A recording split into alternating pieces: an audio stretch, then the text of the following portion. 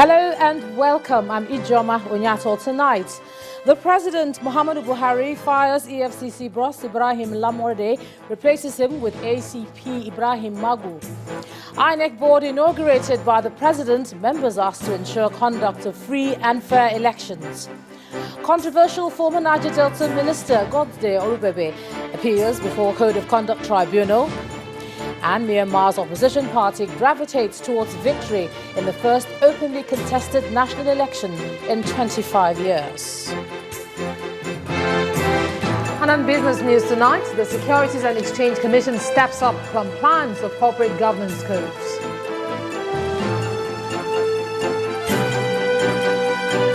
And on sports news tonight, President Buhari congratulates Nigeria's Golden Eaglets for winning on the 17th world title for a record 5th time. Victor Osimhen sets new goal-scoring record.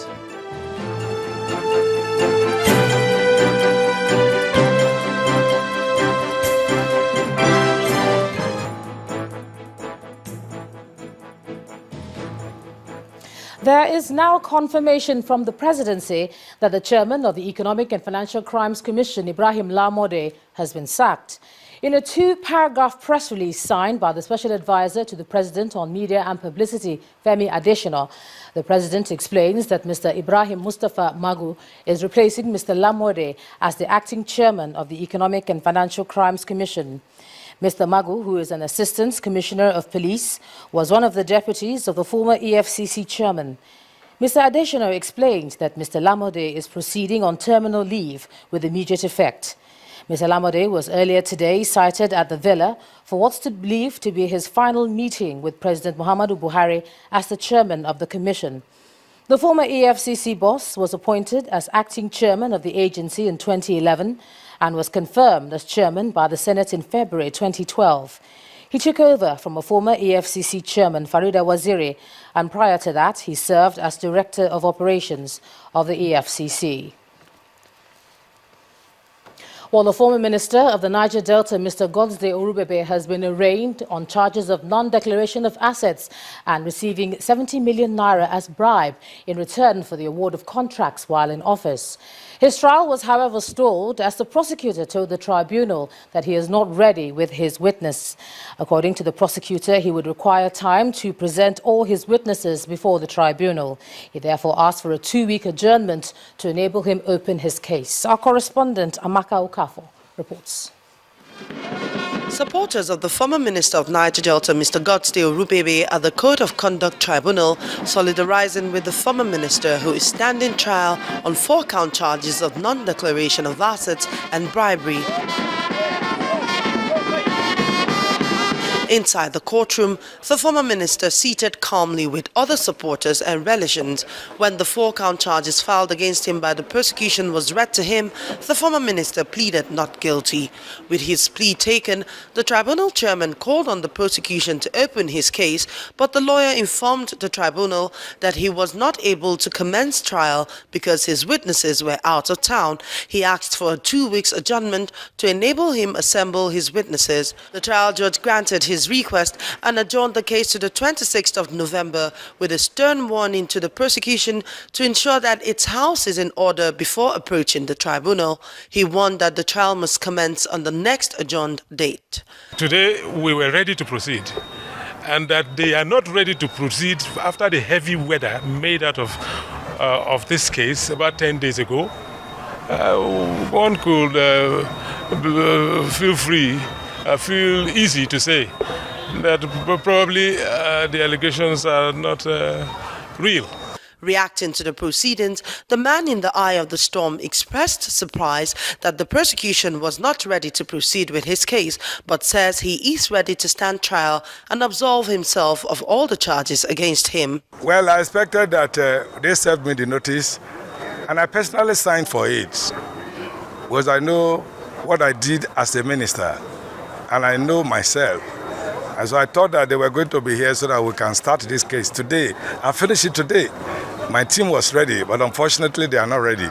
The former minister was accused of non-declaration of 2 landed properties in the Asokoro area of Abuja as at June 29, 2011, when he assumed office as minister. He was also accused of demanding and receiving the sum of 50 million naira and 20 million naira in 2012 and 2013, respectively, from a prospective contractor in the Ministry of Niger Delta. Amaka Okafo, Channels Television News.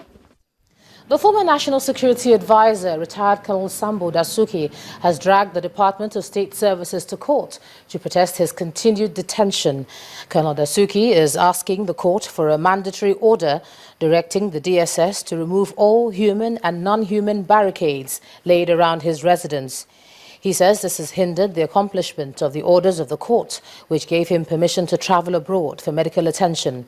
Colonel Dasuki is also asking the court to extend its order, which allows him leave to travel. Now, the president has pledged to respect the independence of Nigeria's electoral body, promising that he will not interfere with its functions. President Muhammadu Buhari made the pledge while swearing in new chairman of the Independent National Electoral Commission, Professor Mahmood Yakubu, in the council chamber. The president pointed out that all Nigerians have a responsibility to safeguard the sanctity of democracy and advocated punishment for all categories of electoral offenders. Our State House correspondent Chukwu Maunekusi reports. President Muhammadu Buhari presides over the function. He watches with rapt attention as the new INEC chairman steps forward to take the oath. I, Mahmood Yakubu, do solemnly swear. He signs the dotted lines and receives the presidential handshake and applause. Next, Mrs. Amina Zakari, who's been presiding as the acting chairman, Adedeji Shoyebi and Professor Antonia Simbine. The next batch of commissioners sworn in include Dr. Mustafa Leki and Alhaji Baba Shetima. President Buhari emphasized on the change mantra of his political party, the APC, and how it should affect the INEC, and that he will not, as promised, interfere with their functions. In the conduct of elections, we promised to respect the independence of our electoral body, INEC. We promised non-interference in its activities, and above all, we promised to encourage them to conduct transparently, free, and fair elections. I hereby pledge to keep that promise.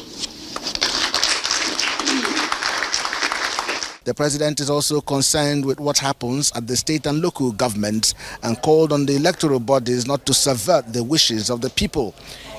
He also has a warning for those who perpetrate electoral violence. Another area of concern is the justice administration of the electoral tribunals.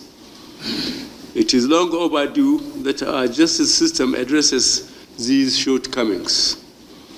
It is not just enough for an election to be cancelled and a new one ordered.